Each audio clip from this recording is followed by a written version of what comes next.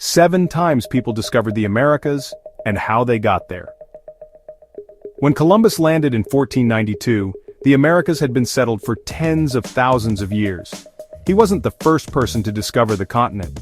Instead, his discovery was the last of many discoveries. In all, people found the Americas at least 7 different times.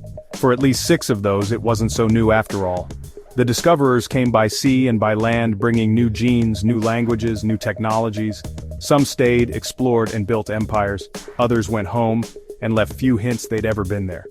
From last to first, here's the story of how we discovered the Americas. 7. Christopher Columbus, AD 1492.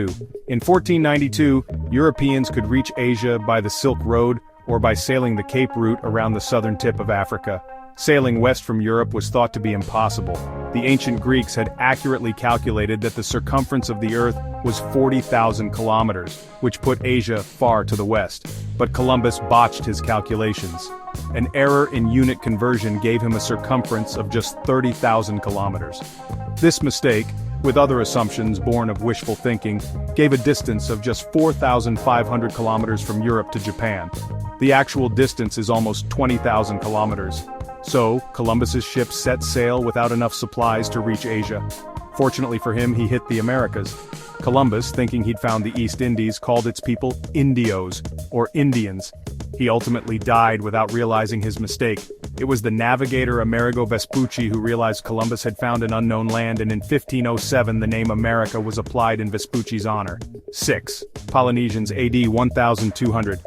Around 2500 BC, a seafaring people sailed from Taiwan to find new lands.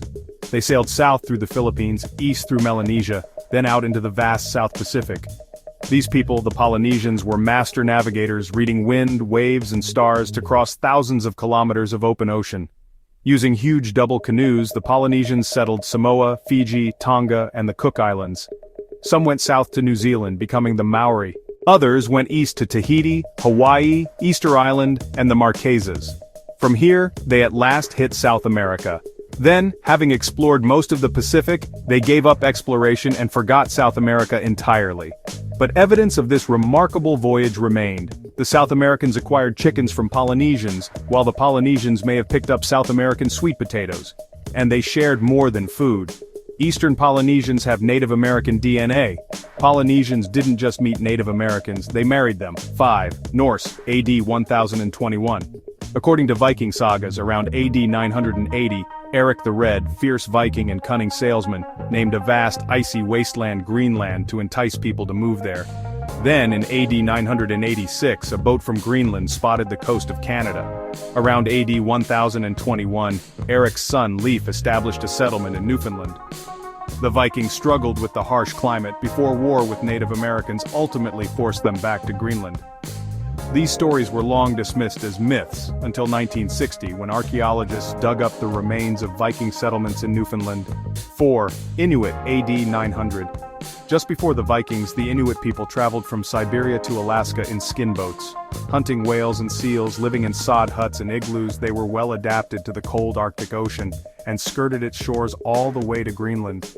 Curiously, their DNA is closest to native Alaskans, implying their ancestors colonized Asia from Alaska, then went back to discover the Americas again. 3. Eskimo Aleut, 2500 BC. The Inuit descend from an earlier migration, that of speakers of the Eskimo Aleut languages. These are distinct from other Native American languages, and might even be distantly related to Uralic languages such as Finnish and Hungarian.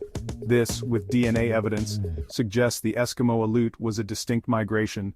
They came across the Bering Sea from present-day Russia to Alaska, perhaps 4,500 years ago, partly displacing and mixing with earlier migrants, the Na Dene people. 2. Nadine, 3000–8000 BC. Another group, the Nadine, crossed the Bering Sea to Alaska around 5,000 years ago, although other studies suggest they settled the Americas as long as 10,000 years ago. DNA from their bones links them not to modern people in the Eskimo Aleut group, but to Native Americans speaking the Na-Dene language family, such as the Navajo, Dene, Tlingit, and Apache people.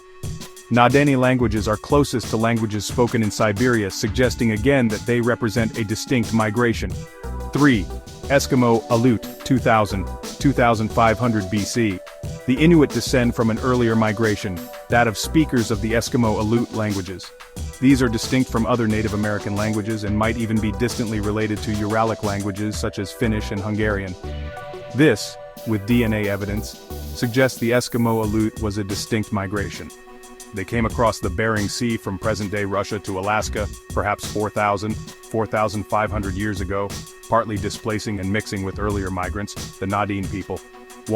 First Americans, 16,000, 35,000 years ago. Almost all Native American tribes, Sioux, Comanche, Iroquois, Cherokee, Aztec, Maya, Quechua, Yanomami, and dozens of others, speak similar languages. That suggests their languages evolved from a common ancestor tongue, spoken by a single tribe entering the Americas long ago. Their descendants' low genetic diversity suggests this founding tribe was small, maybe less than 80 people. How did they get there? Before the last ice age ended 11,700 years ago, so much water was locked up in glaciers that sea levels fell. The bottom of the Bering Sea dried out, creating the Bering Land Bridge. America's first people just walked from Russia to Alaska. But the timing of their migration is controversial.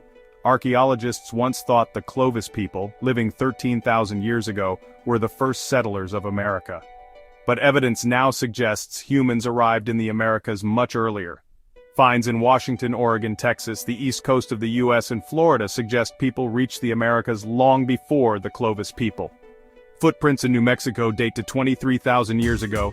Stone tools in a Mexican cave may date to 32,000 years ago. A butchered mammoth from Colorado dates to 31,000, 38,000 years ago. And traces of fire put humans in Alaska 32,000 years ago. Some of these dates could be incorrect, but with each new discovery, it seems increasingly unlikely that they're all wrong.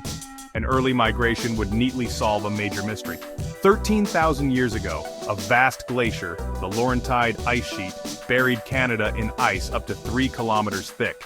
If people arrived in North America then, how did they cross the ice? Southeast Alaska's rugged coast, full of glaciers and fjords, was likely impassable, and early Americans probably lacked boats. But 30,000 years ago, the ice sheet hadn't fully formed.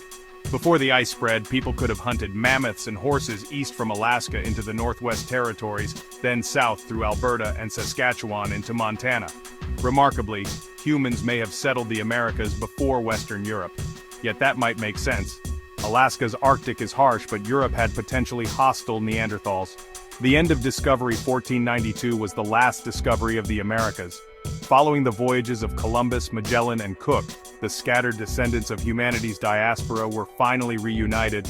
Aside from a few uncontacted tribes, everywhere was known to everyone. Discovery was impossible. But the story of the Americas settlement is still being written, and our understanding is evolving. The Eskimo-Aleut may have been 2 different migrations, not one. Genes hint at the possibility of other early founding populations. And given how little evidence the Polynesians and Norse left of their visits, it's conceivable there were other migrations, ones of which we have little evidence. There's so much we don't know. No one can discover the Americas anymore, but there's a lot left to discover about their discovery. There's so much we don't know. No one can discover the Americas anymore, but there's a lot left to discover about their discovery. There's so much we don't know. No one can discover the Americas anymore, but there's a lot left to discover about their discovery. But the story of the Americas settlement is still being written, and our understanding is evolving. The Eskimo-Aleut may have been 2 different migrations, not one. Genes hint at the possibility of other early founding populations, and given how little evidence the Polynesians and Norse left of their visits, it's conceivable there were other migrations, ones of which we have little evidence. There's so much we don't know. No one can discover the Americas anymore, but there's a lot left to discover about their discovery. There's so much we don't know. Don't forget to subscribe, like, and share the History and Technology channel videos to be notified of the next videos. Don't forget to subscribe, like, and share the History and Technology channel videos to be notified of the next videos. Thank you very much. Thank you very much.